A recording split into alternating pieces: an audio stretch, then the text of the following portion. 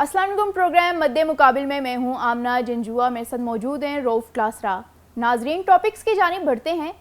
कराची में 26 अरब रुपए की मालियत का मंसूबा शाहराह भुट्टो 68 अरब रुपए तक पहुंचने के बावजूद मुकम्मल ना हो सका। कौमी असम्बली की इंडस्ट्री की कमेटी के इजलास में चेयरमैन कमेटी ने कराची में होने वाले मंसूबों में ताख़ीर से मुतलिक बड़ा इंकशाफ कर दिया। प्लानिंग डिवीजन से मंसूबों में होने वाली ताख़ीर और अरबों रुपए की मंसूबों की बढ़ती हुई कॉस्ट से मुतलिक जवाब तलब कर लिया। जिम्मेदार कौन? दूसरी तरफ के इलेक्ट्रिक के चेयरमैन और सीईओ की कमेटी इजलास में गैर हाजिरी पर भी चेयरमैन कमेटी बरहम हो गए। कहा, हम उनकी शक्लें देखने के लिए नहीं बल्कि इजलास में मसाइल पर ब्रीफिंग के लिए बुलाते हैं। आज हमारे साथ मौजूद हैं चेयरमैन कमेटी सैयद हफीजुद्दीन। उनसे पूछेंगे कि आखिर ये कराची में मंसूबों की ताख़ीर की वजह और जिम्मेदार कौन हैं।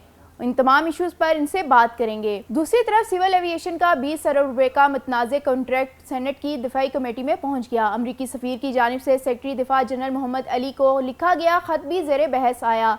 इस अहम इशू पर आज सेक्रेटरी दिफा और वज़ीर दिफा ने कमेटी मेंबरान को क्या बताया और इस मनसूबे पर उठने वाले सवालात और हक़ाइक़ क्या हैं, इसकी भी तफसीलात शेयर करेंगे। इसके अलावा पीआईए की निजकारी में क्या बड़ी रुकावट थी? 2016 में पीआईए का हेड क्वार्टर लाहौर में होगा या कराची में? इस जिद की वजह से कौम को लगा 600 अरब रुपए का चूना, जिसकी वजह से निजकारी भी ना हो सकी। 10 साल बाद पीआईए का नुकसान 200 अरब से बढ़कर 800 अरब पर पहुँच गया।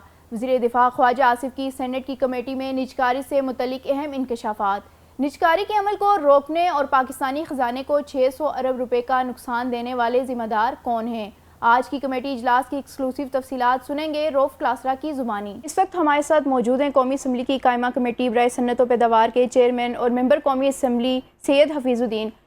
सर, आपको प्रोग्राम में वेलकम करते हैं।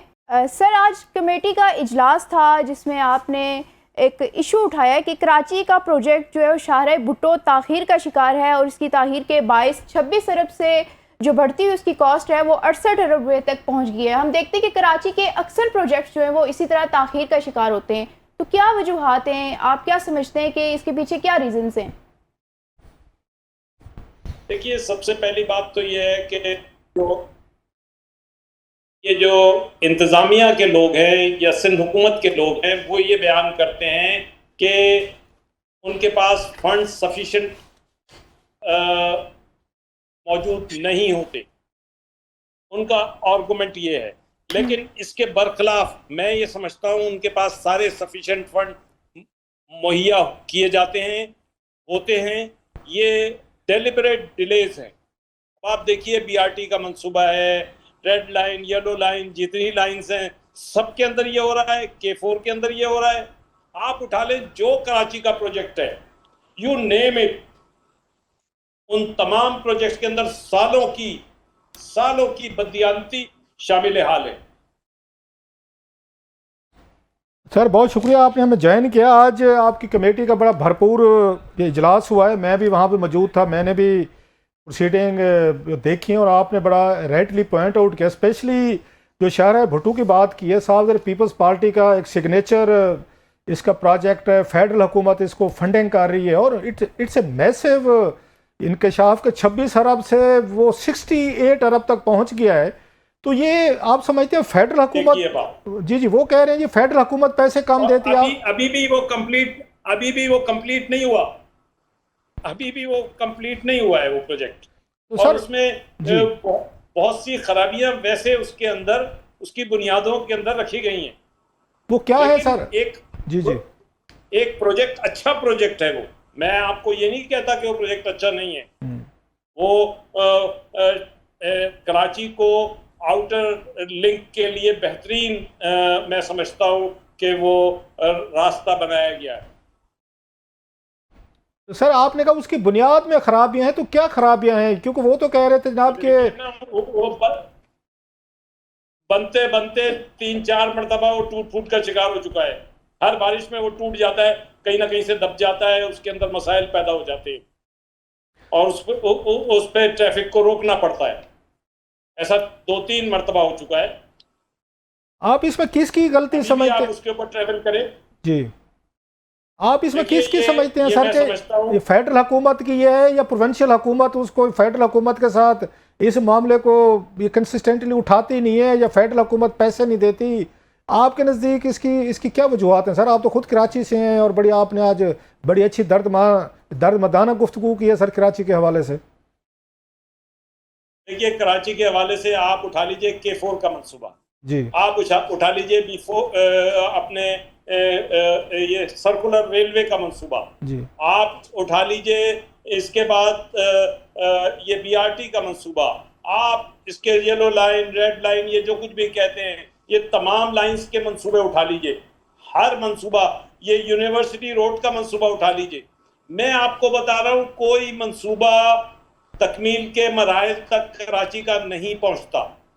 उसमें ऐसे मसाइल पैदा होते हैं जिसमें सबसे बड़ा मसला फंडिंग का गलत इस्तेमाल है।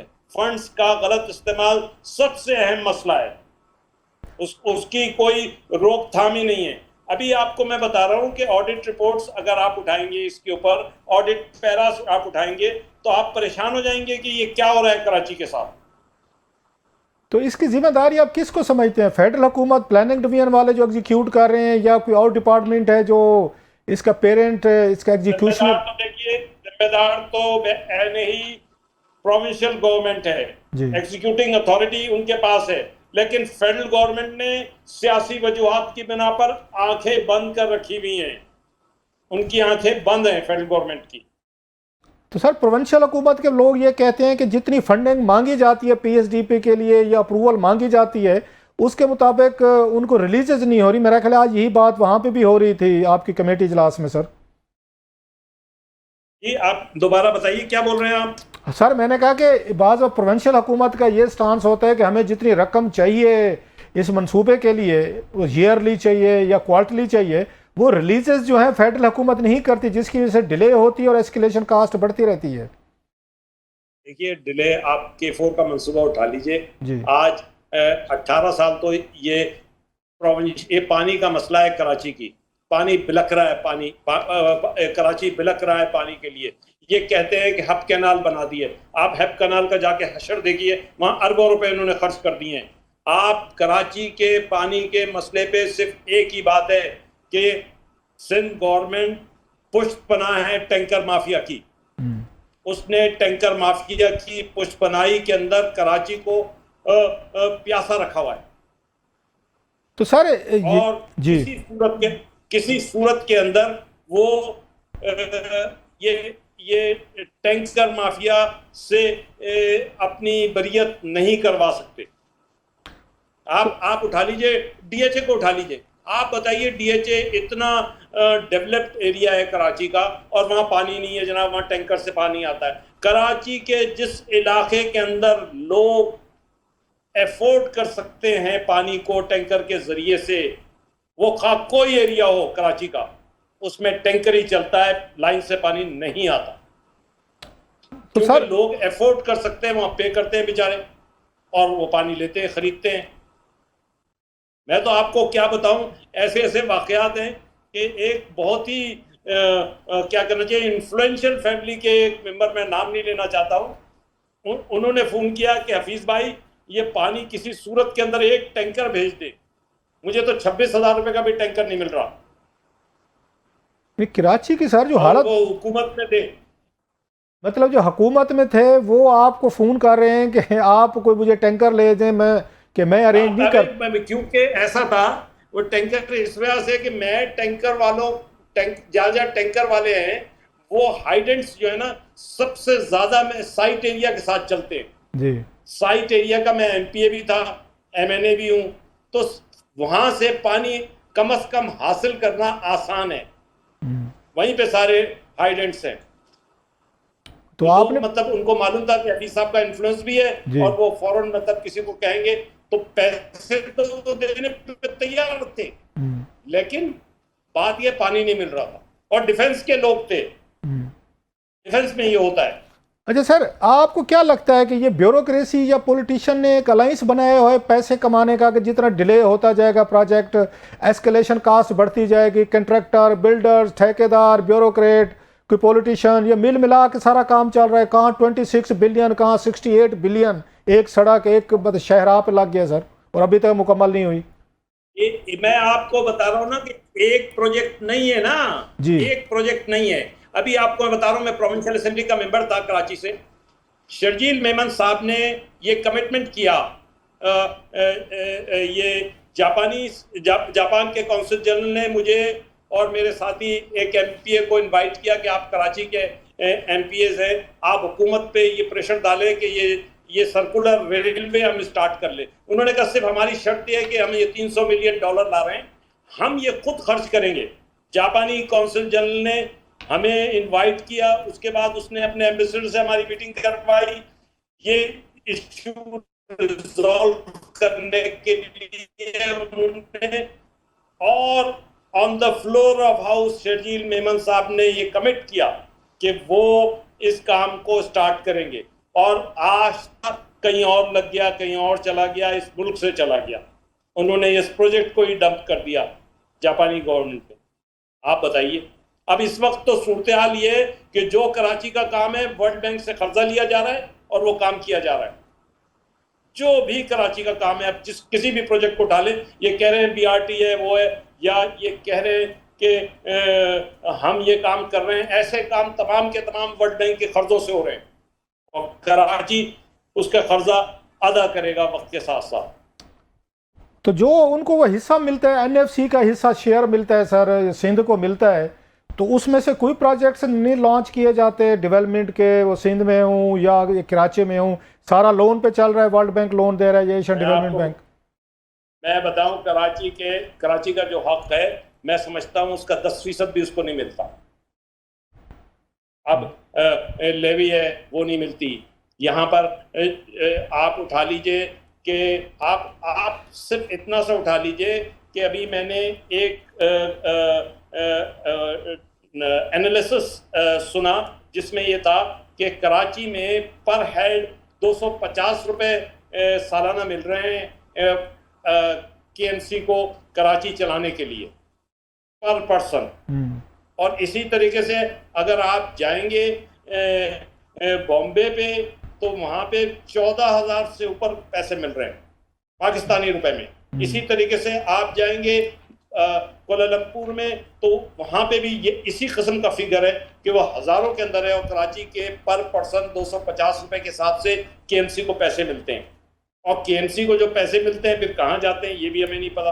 वो 250 भी कराची की जो आप हालत देखिए, कराची इस वक्त मैं समझता हूँ रहने के काबिल, लोग कहते हैं जगह नहीं है। जो मेरे अभी एक अजीज टेक्सास से आए, उन्होंने 2 दिन कराची में गुजारे कर मुझसे कहने लगे कि कैसे तुम लोग यहाँ पे गुजारा करते हो। हकीकत हाल है। सैयद हफीजुद्दीन हमारे साथ मौजूद हैं प्रोग्राम में। इस वक्त हुआ चाहता है एक शॉर्ट ब्रेक का। ब्रेक के बाद आएंगे और गुफ्तगू का सिलसिला यहीं से जारी रखेंगे।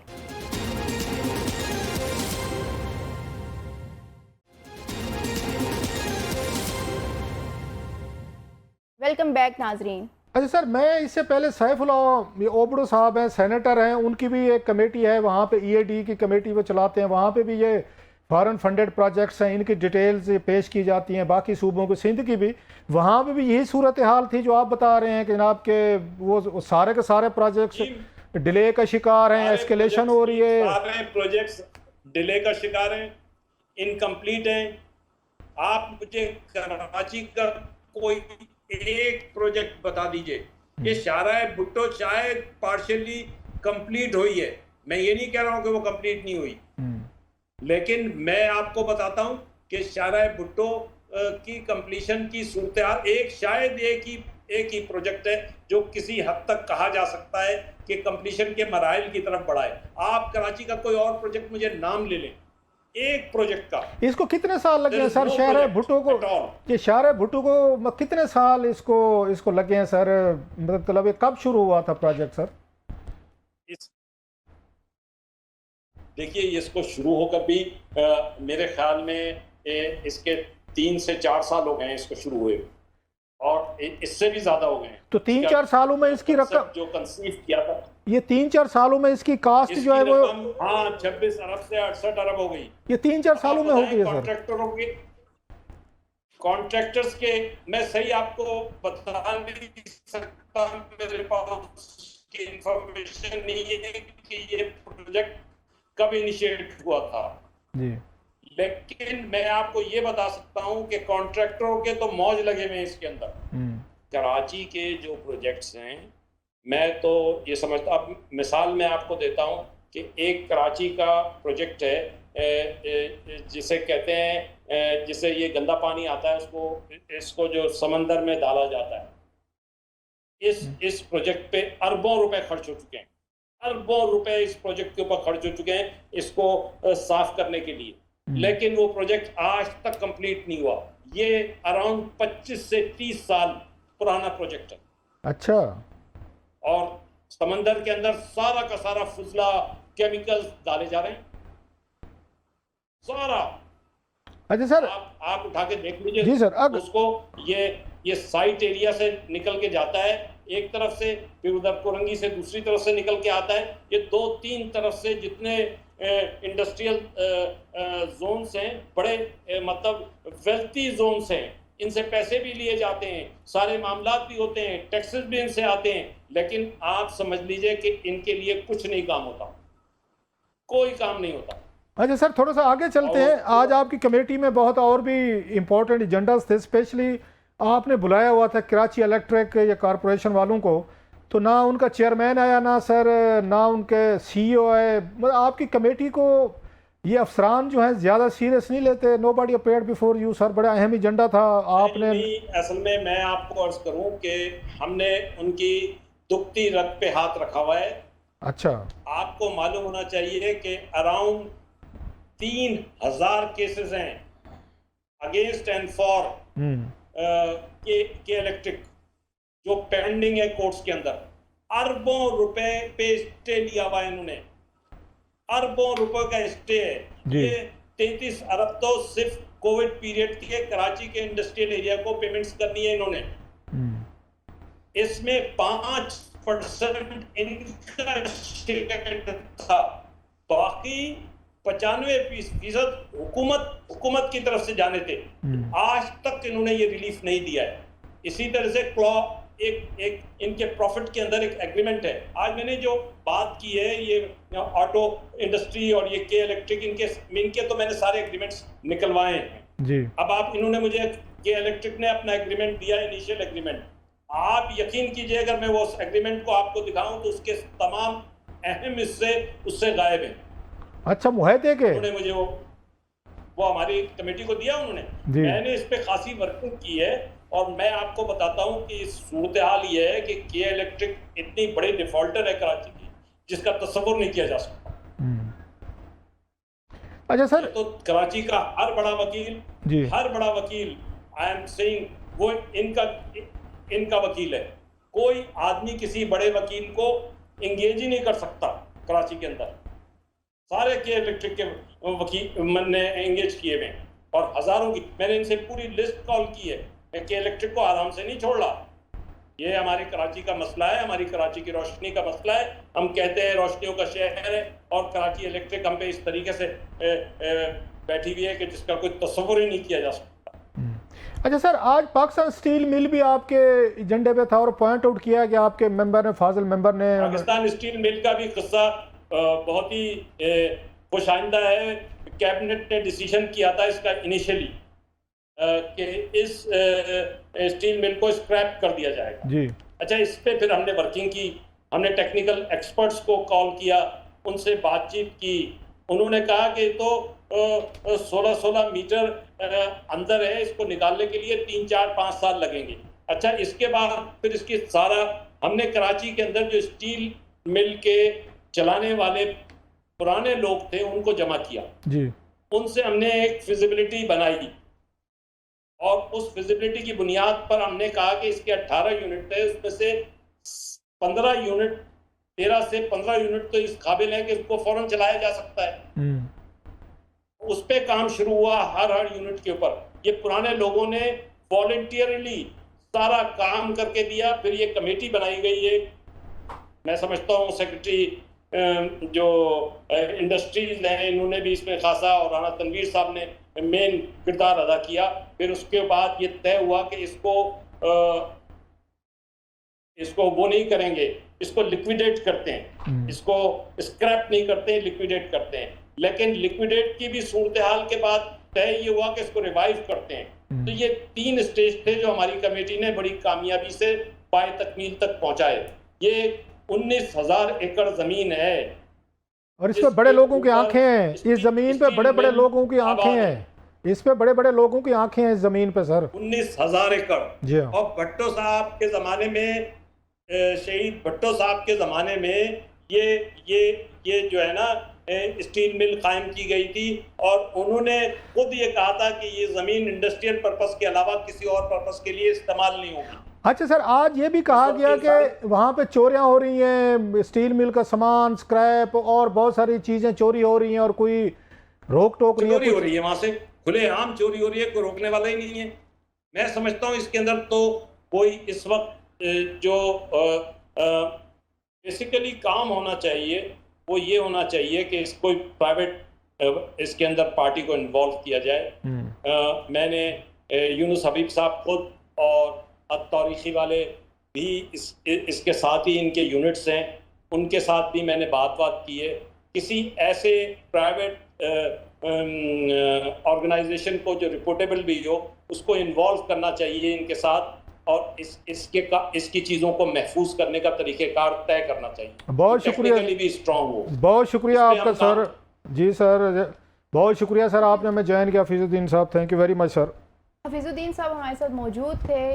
अब प्रोग्राम में वक्त हुआ चाहते हैं एक शॉर्ट ब्रेक का, ब्रेक के बाद आते हैं और गुफ्तगू का सिलसिला जारी रखेंगे।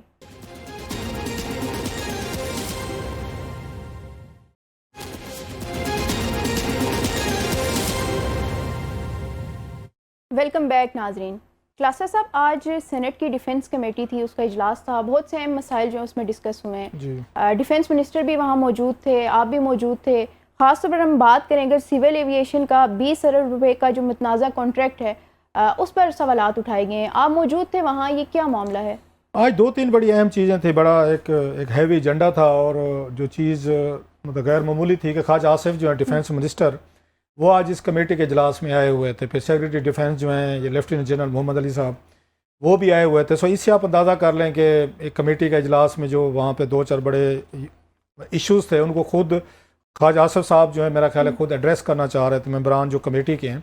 इसके चेयरमैन जो है सेनेटर तलत महमूद साहब हैं और उसमें बाकी उसमें दिनेश कुमार साहब भी थे, फिर डॉक्टर अफरानुल्लाह साहब भी थे और भी 2-4 थे। और जो मेन उसमें चीज़ें थी, इससे पहले कि मैं इस पे आऊँ 20 अरब रुपये का जिसकी आपने बात की है, ये मंसूबा जो है यहाँ पे इसका ई गेट्स ये प्रोजेक्ट जो है 20 बिलियन रुपीज़ का, इस पर मैं आता हूँ। इस पर आपको याद होगा कि हमने एक स्टोरी इस पर ब्रेक की हुई है। जो यूएस एम्बेसडर हैं या इस वक्त जो ऑफिशिएटिंग उनके एम्बेसडर हैं, तो उन्होंने एक लेटर लिखा था ये पाकिस्तान के सेक्रेटरी डिफेंस को, जिसमें उन्होंने अपनी यूएसए की जो कंपनी है उसके हवाले से उन्होंने बताया था कि ये कंपनी जो है पाकिस्तान में कोई $2.4 बिलियन की इन्वेस्टमेंट करना चाहती है इसी ई गेट के हवाले से। उसकी डिटेल भी दी गई थी। इस वक्त अमेरिका और पाकिस्तान के तल्लुकात हैं तो वो बड़े बेहतर हैं। तो हमारे यहाँ कहा जाता है कि फॉरेन इन्वेस्टमेंट नहीं आती, तो वो ये कहते थे अमेरिकन कंपनी जो सिक्योर पोर्ट के नाम से वो आके यहाँ पे पैसे लगाना चाहते, इन्वेस्टमेंट करना चाहते, लेकिन उनकी कुछ एप्रीहेंशन थी कि शायद उनको कोई लेवल प्लेइंग फील्ड जो है वो नहीं दिया जा रहा, या कुछ ऐसे एलिमेंट्स हैं कोई उसमें एस्टेब्लिशमेंट में या हुकूमत में जो उनकी जो अगर विलिंगनेस है उस कंपनी की उसको रेजिस्ट कर रहे हैं या ब्लॉक करने की कोशिश कर रहे हैं, या उनको लेवल प्लेइंग फील्ड जो है वो नहीं दिया जा रहा। उस पे अमेरिकन सफ़ीर जो हैं इस वक्त जो खतून उनकी उसके जो ऑफिशिएट कर रही हैं, उनके एम्बेसडर जो हैं, उन्होंने लेटर लिखे थे जिसके बाद कि हुकूमत पाकिस्तान को कहा गया था इस पर ये ट्रांसपेरेंसी इंटरनेशनल जो है उन्होंने भी ये लेटर्स उन्होंने लिखे थे। उन्होंने भी कहा था कि ये जो कंट्रैक्ट है इसमें कुछ ना कुछ बेज़ाब्त क्योंकि उन्होंने बातें उन्होंने हाईलाइट की थी। फिर पेपरा रूल जो है जिसके तहत आपने प्रोसेस करना होता है सारा के कंट्रैक्ट इतना मल्टी बिलियन रुपीज़ ये कंट्रैक्ट जो है इसको कैसे करना है, बिडिंग होनी चाहिए, सिंगल पार्टी नहीं होनी चाहिए, आपको 2-3 पार्टीज होनी चाहिए, इट्स नॉट ए छोटा मोटा तो है नहीं। तो उस पर भी उनकी भी शिकायतें थी कि शायद कोई पेपरा रूल जो है उनको फॉलो नहीं किया जा रहा। इस पर ऑलरेडी मतलब मीडिया में ये चीज़ें आने के बाद अब ये एजेंडा जो है कमेटी के इजलास में भी आया, डिफेंस की कमेटी है, सेनेट की स्टैंडिंग कमेटी जिसको तलत महमूद साहब ने वो किया, तो उस पर आज सवालात जो हैं उठाए गए और उन्होंने तलत महमूद साहब ने भी इस पर क्वेश्चन किए और ख्वाजा आसिफ साहब जो हैं उन्होंने भी कमेटी को ये बताया भी सही कि अभी तक इसको किसी को कंट्रैक्ट अवार्ड नहीं किया गया था, इट्स इन द प्रोसेस, हम एवेलुएशन कर रहे हैं, हम इसको देख रहे हैं। तो सेक्रेटरी ये दिफा जो थे वहाँ पे जनरल अली साहब, उन्होंने भी यही बताया कि अभी किसी को ये जो ये कंट्रैक्ट है या प्रोजेक्ट जो है, it's a massive project E gates का, जैसे मैंने कहा इंटरनेशनल फर्म्स भी इसमें इंटरेस्टेड है, लेकिन वो ये कहते थे कि ये क्योंकि बड़ा सेंसिटिव और बड़ा इंपॉर्टेंट एक हमारा एक कंट्रैक्ट है या सिस्टम है जो हमने इंस्टॉल करना है, सेंसिटिविटीज इन्वॉल्व हैं, लिहाजा हम बहुत सारी चीज़ें जो हैं उनको देख रहे हैं। लेकिन कुछ पार्टीज़ ये इल्ज़ामात लगा रही हैं कि शायद प्रोसेस को प्रॉपर लीगल तरीके से फॉलो नहीं किया जा रहा, या सर्टेन कुछ फेवरेट्स हैं जिनको शायद कोई फेवर करने की कोशिश की गई है जा रही है। लेकिन उस पर आज सेक्रेटरी डिफेंस ने और वज़ीर ख़ारजा ने कमेटी को उन्होंने अश्योर करवाया कि ऐसी चीज़ नहीं होगी, और जब ये कंट्रैक्ट अवार्ड होगा हम कमेटी के सामने डिटेल पेश करेंगे, इसको स्क्रूटनाइज ये किया जा सकता है। एक तो ये था। डिफेंस मिनिस्टर ख्वाजा आसिफ हमेशा ही अपने बयानात की वजह से फेमस हैं, तो उन्होंने आज कमेटी में फिर इंकशाफात किए हैं। उन्होंने कहा है कि PIA की जो निजकारी है वो 2016 में हो जाती, तब 200 अरब का नुकसान था सिर्फ, लेकिन क्योंकि हेड क्वार्टर्स का इशू था, कराची में होगा या लाहौर में होगा, इस मामले में आप कैसे देखते हैं कि जो 200 अरब का नुकसान था वो 800 अरब तक पहुंच गया? ये बड़ा आपने अहम सवाल पूछा। ख्वाजा आसिफ साहब ने जब PIA की बात हुई तो सेक्रेटरी डिफेंस ने बताया आज उन्होंने बहुत बड़ा दिन है जो हमने ख्वाब देखा था कि PIA प्राइवेटाइज होनी चाहिए, तो आज उन्होंने कहा जनाब कि वो प्राइवेटाइज हो चुके हैं। फाइनली इसका जो कंट्रोल है, इसका administrative control, financial control, operational control, सारे का सारा प्राइवेट पार्टी जो है उनको चला गया है। लिहाजा उन्होंने कहा जनाब कौम को मुबारक हो। तो इस दौरान में ख्वाजा आसिफ साहब ने फिर ये इंकशाफ किया। उन्होंने कहा आप ये देखें कि 2016 में ये तकरीबन सारी चीज़ें तय हो गई थी, इसकी फिजिबिलिटी बन गई थी, इसके डॉक्यूमेंट्स बन गए थे, इसके कंसल्टेंट ने इसकी मतलब तैयार करके दे दिया था कि कैसे इसको प्राइवेटाइज करना है। पार्टीज हो गई थी, तकरीबन बिक गई थी। उस वक्त इसका नुकसान जो है टोटल सालाना जो है या टोटल एक्यूमुलेटेड लॉस जो था 200 अरब था। फिर ख्वाजा साहब ने बड़ी दिलचस्प एक इंकशाफ किया जो मेरे लिए हैरान कौन था। उन्होंने कहा जनाब कि फिर एक लड़ाई शुरू हो गई कि इसका हेड क्वार्टर इसका जो है ये PIA का जब आप बेचते हैं जिस पार्टी को, तो लाहौर में होगा या कराची में होगा।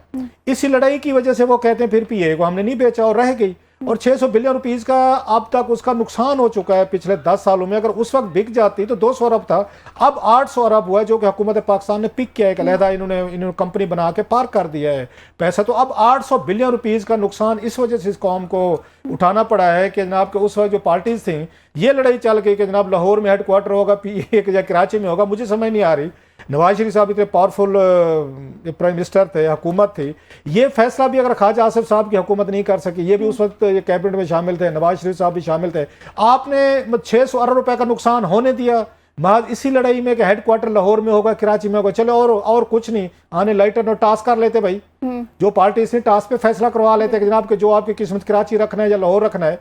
मतलब आप अब इससे ज्यादा आप ख्वाजा आसिफ साहब खुद कह रहे हैं, क्योंकि आम आदमी भी नहीं कह रहा कि इस वजह से वो प्राइवेटाइज नहीं हो सकी PIA कि लाहौर कराची की लड़ाई शुरू हो गई। मतलब क्रिकेट उठाएं तो लाहौर कराची की लड़ाई शुरू हो जाती है, बिजनेस उठाएं उनकी शुरू हो जाती है, पॉलिटिक्स उठाएं उनकी शुरू हो जाती है। अब पता चला PIA बिकने गई थी, उनकी मतलब लाहौर कराची आपकी शुरू होगी। आपने कौम का 600 रुपये नुकसान करवा दिया महज इस वजह से कि आप फैसला नहीं कर सके। तो ये कमजोरी तो फिर हुकूमत की है कि आप उन पार्टीज को बिठा कर कोई उनका फैसला नहीं करवा सके। बहरहाल इस मुल्क में ऐसे ही फैसले होते हैं कि एक फैसला नहीं हुआ, 800 अरब का नुकसान PIA का भर के, ये पूरी कौम दे रही है ना, आप जो टैक्सेस का पैसा है सारी कौम भर रही है, जो फैसला नहीं हुआ वो कहते हैं 600 अरब रुपए का नुकसान हुआ। सर इसी पे मुझे याद है कि PSQCA एक साइंस एंड टेक्नोलॉजी मिनिस्ट्री का इदारा है, वो भी कराची में है उसका हेड क्वार्टर, और उसको इस्लामाबाद शिफ्ट करने की कोशिश की जा रही है। उस पर भी सेम लड़ाई है और वो भी बाद में पता चलेगा कि अरबों रुपए का नुकसान हो गया है। तो ये मामला जो है वो ऐसे ही चलते हैं। प्रोग्राम का वक्त यहाँ ख़त्म हो जाता है। इसके साथ ही मैं इजाज़त दीजिए, अल्लाह हाफिज़।